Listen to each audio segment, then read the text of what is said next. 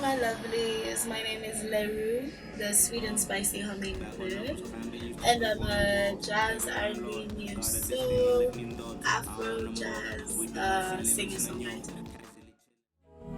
Good morning, and thanks for tuning in to the Good Morning Africa channel. Sit back and relax as I talk to artists from Nairobi about music and their journey so far. Drop my debut album, it's been with me since my birth. Let him chart out all my outcomes, turn my switch and goes over the side, shift my goals out, go down.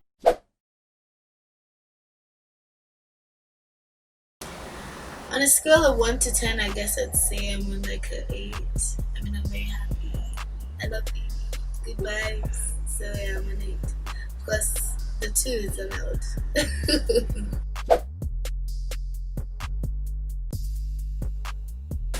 I got into music by mistake, but let me not say that because when I was in high school, I was in the choir and I did voice classes for like about a year.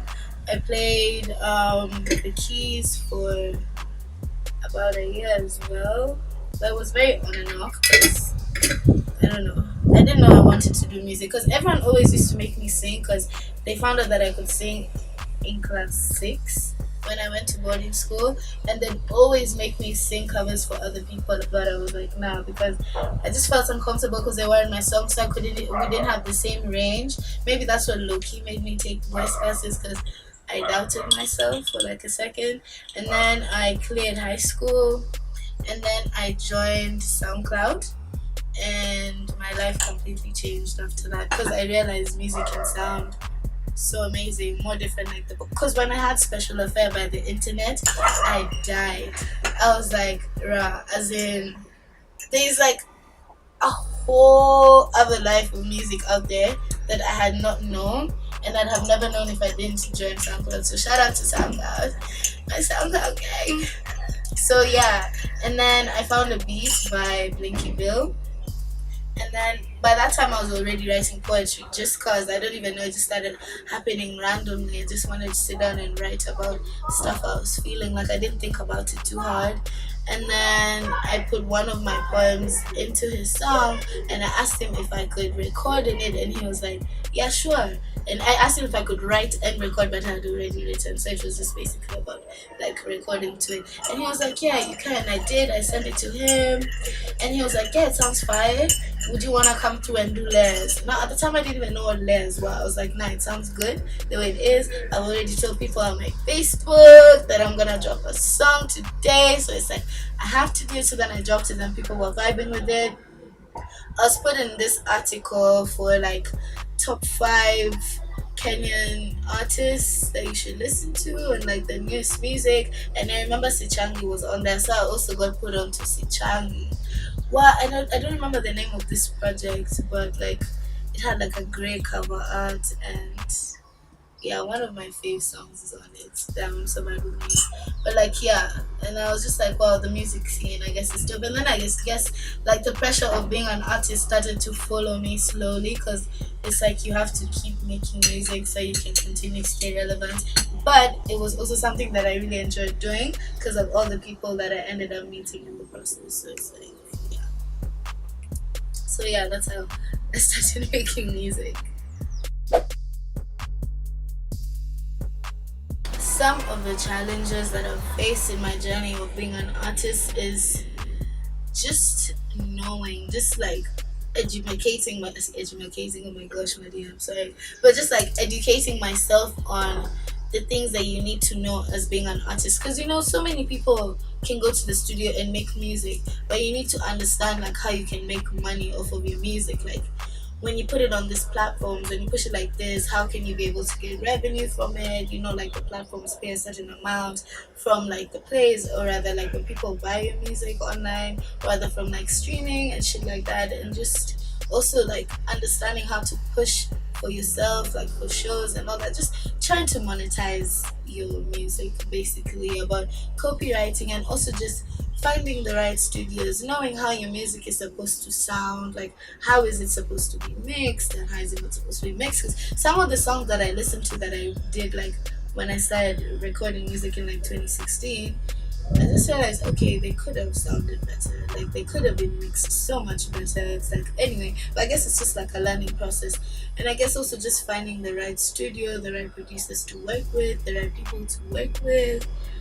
I don't know, and also just like getting peace to make videos, and because as much as I feel like people really get paid from shows. That's where most of the money comes from. Although you can also really get paid from like your streams and stuff. So it's just really knowing what exactly to do and just trying to fight for your spot in the music industry, I guess. But those are like my main challenges. But mostly it's just peas, like getting investments to be able to do your music videos and stuff. Because that's how you push content. Because people are more visual as opposed to just. Because when you drop a song, it's like, yeah, it's fire. But then, you also need to take it to the next step. Like there's so many added layers that you need so that you can be able to really deliver your brand the way you need to. Also, just understanding how to brand yourself accordingly. Some people can find your content interesting. Like, I don't know, it's a lot. You don't think it's a lot until you're in that process and you're in that position when you're like, okay, I really need to make some certain decisions so that I can be able to differentiate myself from other artists out there. So, I guess the challenges are like learning steps, I guess you could say, but yeah, mainly that.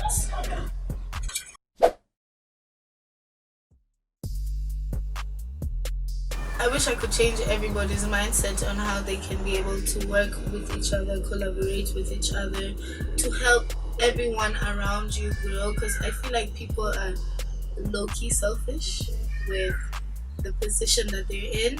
I know, yeah, I'm still gonna give a fuck about myself before I give a fuck about anybody else. I mean, that is a life skill, survival skill, whatever. But you shouldn't do it to the extent where you're like putting others down, you're stepping on other people's toes to get to where you're trying to be. You don't want to be supportive of other people. I mean, there's only so far you can go to help other people, but it's the little things that can go a really long way. Just like a simple, like, I don't know, but people really need to change their perspective and shit like that. People need to work with each other. I mean, why else are you doing this? Because, okay, clearly some people are just doing it for peace, which is great, but then it's like you can also do that, get your bag, and still, I don't know. There's just a way we can do it and be more nice about it and just work with each other so we can all be able to grow instead of being so selfish and give people platforms, man. Like, allow people to shine. You can't just be the same people all the time. It's annoying. I mean, yeah, they're fucking working their asses off. We're not gonna deny them that they're putting in the work.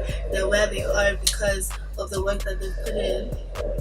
But it's just like, why are you going to say that in the same breath you're trying to put niggas on, but then you're not? You're doing the same shit that you've been doing all the time. The people who be curating these events. I understand the fact that you want to pull a crowd, but I don't know, even just artists, like bring out other artists onto your set, like let them perform their song, even if it works with your set, like just bring them on, wow people, bring out a cool artist or someone that you fuck with or a song that you even wish that it was yours, or just like, damn, can I have a verse on that? No? Okay, cool, just pull it up and perform it during my set because it's fire as fuck, and if it was mine, I'd put it right here between these two songs. So let's just vibe, I don't know, and make your sets different. Like, they can't be the same thing all single time. Like, even if I know you're performing and then I still end up experiencing the same as freaking sets over and over and over and over and over and over and over and over and over and over and over again. Like, it's not interesting. It makes going to events not that fun. Like, I don't know, but me, I enjoy going to meet people as well. I love meeting new people who are in the creative scene. I don't know, it's too monotonous, if you ask me, and it's just boring. But still entertaining, but boring. But not in an offensive way. I'm not trying to like criticize anyone. I just love new shit, man. I just love, we can still listen to the same people over and over again, but like, keep making it fresh. I don't know. Just an opinion. I'm not necessarily like, pointing out anyone. I'm just saying it's just an observation that let's see, I've had. Yeah.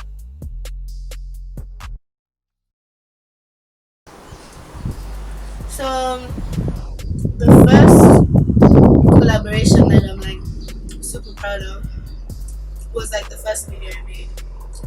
I shot it with you, Phoebe APONDIII, and Natasha Ayo. So I guess that was a fire collaboration because that was something new. That was a new step in my life. Because I hadn't done videos yet.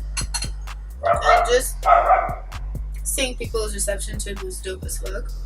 So I guess that was like my first really fire collaboration. But also when I made my film with Jeremiah Mdani and Kevin, the real filmmaker, that was also a very special moment because that was my first project, even if it wasn't like the first project I ever wrote. I'm not even gonna get into that. It was nice to like see an idea brought to life and like a whole film, and then it really made me more curious about the whole film aspect of music, because you have to be like an all-rounded artist. You need to be able to understand these other little things, so even when you tell someone I want you to shoot me a music video, I want you to do this for me, you need to kind of have an idea of what the hell is happening, so I guess that's why I was interested in learning how to edit and also learning how to shoot. But I did marketing in school, so I guess it was kind of in the path somehow. Digital marketing, of course, you have to understand the concept behind content creating. But but obviously the first song I ever recorded was also one big collaboration with Blinky Bill. It's called Why. Yeah, I guess that's what like put me into the whole music industry. I also really enjoyed doing Spicy Season.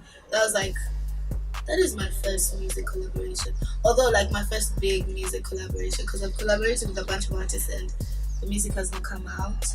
But I also have a song out with JK, so that's dope. Yeah.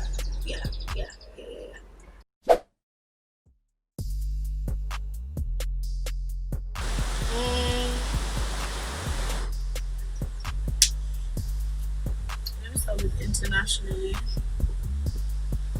I feel like I can't really be specific with one artist because dude, everyone is so different, and I feel like I draw inspiration from so many people. But there is a style that people have, like for example, I love jazz artists, I love R&B neo soul artists, I love Amy Winehouse, I love Ari Lennox, I love Summer Walker, I love her, I love Daniel Caesar. Like, dude, I love everybody who just makes amazing music. I love Skin Valley. Like, I don't know. And there's this aesthetic vibe that they have, even with the visuals. Like, there's a style that people are adopting. So I can't necessarily just say I fuck with one artist. I feel like I fuck with everyone that does something amazing. So I can't really be picky about because you can't even ask me what my favorite song is and I could tell you because I'd be lying, because I don't have a favorite song. I have like favorite songs.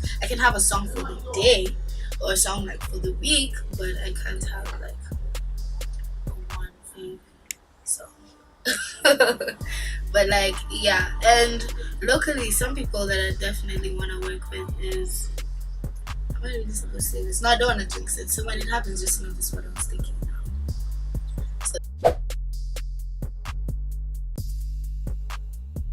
Which is the most recent song that I just recorded, and it doesn't even have a name yet, but it's this song I did with Kita. It's like the jazziest joint I've done in a hot ass minute, because the last jazz song I did, I guess, is Forbidden Fruit, but this one has like a whole different those girls they just want to dance like this as they sing. Oh, it just reminds me of that Candyman song by Christina Aguilera. There we go. You know the way she was like two versions of herself, and she was just like, it was like upbeat, and they were just dancing like on the Candyman, but like it's like that vibe because it's so up tempo and it's so jazzy. I was like, damn, I like this. So yeah, with Bakita, Lunar Consciousness, but and it doesn't have a name, and it was produced by this guy called Lemmy, who's really dope, and I definitely want to work with him some more. But I'm really proud of that song, and I've listened to it like a million times. Also because it's the most recent song. I literally recorded it last week, so yeah.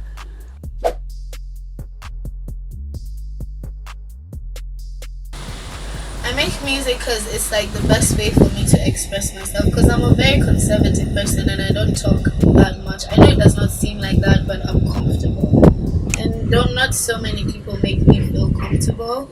And I feel like when I write music, I can be able to really sit in my mind and think about whatever it is that I'm feeling, and I can be able to express it. Maybe that's how I was able to write poetry so subconsciously, but because I really wasn't thinking about it, I just wanted to write. Like when I'm sad, or when my sister is sad, or something, or I'm just happy, I'm in love, I'm in lust. Like I just wanna express it. If I have like a crush on someone, I just wanna put it out there, because sometimes there's not like one specific person that you can just tell a story to. You might as well just put it like in a song, and you can tell it to a million people. And I feel like all the emotions that we go through, they're very relatable to at least like 100 people. And 100 people is just like being safe, honestly, because we all go through the same emotions: sadness, happiness, depression. Like regardless of whatever it is, like we still live in the same world. I know there's levels to our problems, but we all go through the same shit. So I guess like, I don't know, writing about your emotions is just the best outlet ever. So I think that's why I do it, because because of the freedom that I have, and it's something that's between me, myself, and I. When I'm writing, I'm not necessarily thinking of other people and how they're gonna think about it. I mean, yes, you do think about that, like in terms of how catchy a song is, like a hook, but in terms of your message, it's really just you, and it's your story to tell, and no one can really tell you how to tell it. So yeah, I write music to express myself because it's the best way. Yeah.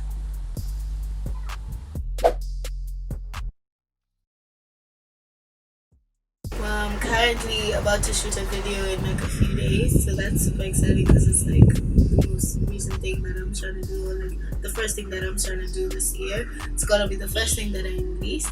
And then yeah, there's some music I've really been sitting on for a hot minute now. I was gonna drop a project last year, but I want to be more intentional about the way I release my music. I just don't wanna hear tick tick tick tick tick tick tick tick. I wanna be intentional as fuck and plan it, and so that I also feel like it's a worth it experience, so I also don't feel like I'm losing out on something, or like I end up regretting a couple of years from now when I should have felt like I could have pushed this better or anything like that. So just trying to be intentional about my music, and the music that I've been setting will be finally come to the masses. Yeah, and just working with different people, experiencing different sounds, because I guess I'm just versatile. I know I'm supposed to stick to a sound, but I just feel like that's boring. I don't know, but yeah, just new versions of myself is what should be expected. Yeah. Instagram. On Instagram, you can find me on _le. I don't know why this American accent just comes in sometimes. Like honestly, guys, it's not intentional. Yeah, so on Instagram, I'm kidding. You can find me on at _le_ru, because I'm Leru. And on Twitter, the same thing, _le_ru, Leru. And YouTube, same thing, except the underscores or anything. And yeah, I guess Facebook, the same thing, but I'm not really into Facebook. But like, you can still, I'll just post a couple of things sometimes. But yeah. So find me there and subscribe, guys. So not a T, just so you can, when Ruby drops something, it's like, oh, it's right there. When you open your YouTube. So yeah, thank you guys for watching. Leru, the sweet and spicy hummingbird. We've come to an end. Thanks for tuning in, and until next time, be blessed, be safe, stay clean.